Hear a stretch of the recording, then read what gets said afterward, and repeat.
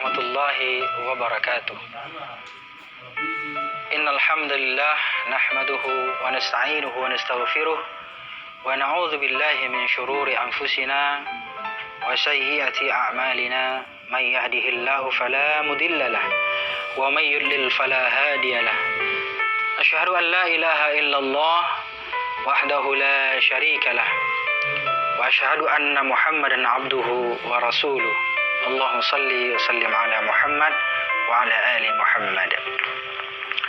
Pemirsa TV-mu yang dirahmati dan dicintai Allah Subhanahu wa taala, kembali lagi pada acara kajian Sirah Nabawiyah, sejarah kehidupan Rasulullah SAW yang selalu menjadi tuntunan di dalam kehidupan kita, baik dalam tuntunan kehidupan pribadi kita maupun tuntunan di dalam keluarga kita, dan juga bahkan tuntunan di dalam berbangsa dan bernegara.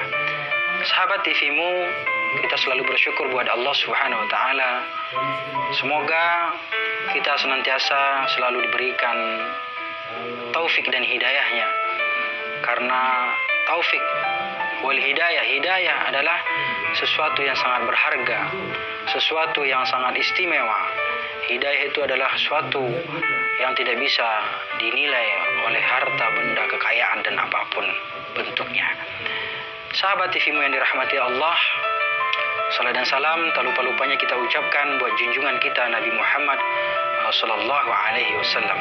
Rasulullah adalah Nabi akhir zaman, sunnah fi'aliyah dan juga takririyahnya, serta sunnah sifatiyah, sifat daripada Rasulullah sallallahu alaihi wasallam.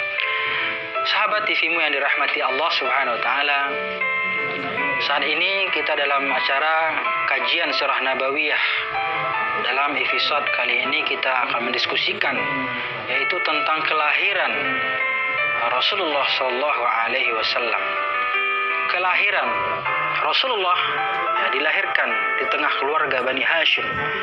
Sebagaimana episode-episode yang sebelumnya kita diskusikan bahwa Rasulullah adalah keluarga yang terpandang, baik dari ayahnya dan bahkan kakeknya, yaitu Hashim bin Abdul Manaf, yaitu Bani Hashim, di mana Rasulullah dilahirkan, yaitu Rasulullah dilahirkan di kota Makkah, atau dikenal sekarang yaitu Makkatul Mukarramah, pada hari Senin pagi tanggal 9 Rabiul Awal, permulaan tahun dari peristiwa gajah, atau dinamakan Amil Fil, yaitu tahun gajah, dan 40 tahun setelah kekuasaan Kisra, atau bertepatan dengan tanggal 20 atau 22 bulan April tahun 571 Masehi. Berdasarkan penelitian ulama terkenal yang bernama yaitu Sulaiman Al-Mashhur Furi dan peneliti astronomi Mahmud Basha. Sahabat TV-mu yang dirahmati Allah Subhanahu wa taala, Rasulullah adalah manusia yang agung, manusia yang manusia pilihan. Siapa yang memilih? Yaitu Allah Subhanahu wa taala. Menurut riwayat Ibnu Sa'ad bahwa ibunda dari Rasulullah SAW berkata, setelah bayiku keluar, aku melihat ada cahaya keluar dari kemaluanku, kemudian menyinari istana-istana yang ada di sekitar kota Syam. Dan Ahmad juga meriwayatkan dalam Al-Arbad bin Sariyah, dari Arbad bin Sariyah, yang isinya serupa dengan perkataan tersebut. Dalam riwayat ini ada beberapa bukti pendukung daripada kerasulan Rasulullah SAW itu. Ada beberapa bukti tentang kenabian Muhammad SAW bertepatan dengan saat kelahiran beliau, yaitu runtuhnya 10 balkon istana Kisra dan padamnya api yang disembah Sairah TV. Setelah Aminah adalah ibunda tercinta dari Rasulullah SAW. Setelah Aminah melahirkan, dia mengirim utusan ke tempat kakeknya Abdul Muttalib. Abdul Muttalib adalah ayah daripada Abdullah. untuk menyampaikan kabar gembira tentang kelahiran cucunya. Jadi diutus yaitu Abdul, agar disampaikan bahwa telah lahir salah seorang cucu daripada perkawinan Abdullah dan Siti Aminah. Maka Abdullah pun datang dengan perasaan sukacita, dengan riang dan gembira, lalu membawa Rasulullah Sallallahu Alaihi Wasallam, kemudian dibawa ke dalam Ka'bah seraya berdoa kepada Allah Subhanahu Wa Taala dan kemudian bersyukur atas kelahiran Rasulullah Sallallahu Alaihi Wasallam yang kelak akan menjadi seorang nabi dan rasul yang mulia. Marsalnaka illa rahmatan lil alamin, dan tidaklah kau utus engkau wahai Muhammad kecuali untuk rahmat sekalian alam.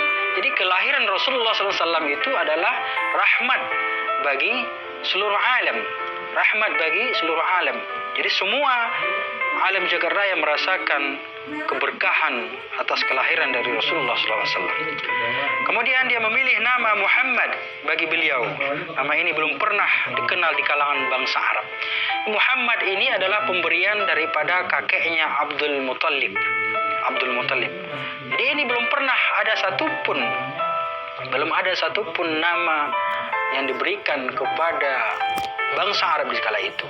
Bahkan orang-orang Arab di kala itu menjadi aneh ketika mendengar ada salah seorang bayi yang lahir yang bernama Muhammad.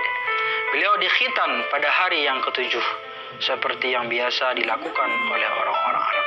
Jadi tradisi-tradisi Arab di saat itu, mereka itu ketika anak laki-lakinya lahir ke muka bumi ini, mereka biasa mengkhitan anaknya pada hari ke-7 setelah hari kelahiran. Pertama yang menyusui beliau setelah ibundanya adalah Suwaibatul Aslamiyah, hamba sahaya dari Abu Lahab, yang kebetulan sedang menyusui anaknya yang bernama Masrah. Yang sebelum itu wanita ini juga menyusui Hamzah bin Abdul Muttalib, yaitu paman dari Rasulullah SAW. Setelah itu Abdul As'ad Al-Makhzumi. Sahabat TVmu yang dirahmati Allah Subhanahu Wa Taala. Demikian sekelumit pada segmen yang pertama ini kita menjelaskan tentang kelahiran Rasulullah SAW. Kita akan lanjutkan kajian kita setelah jeda pariwara berikut ini.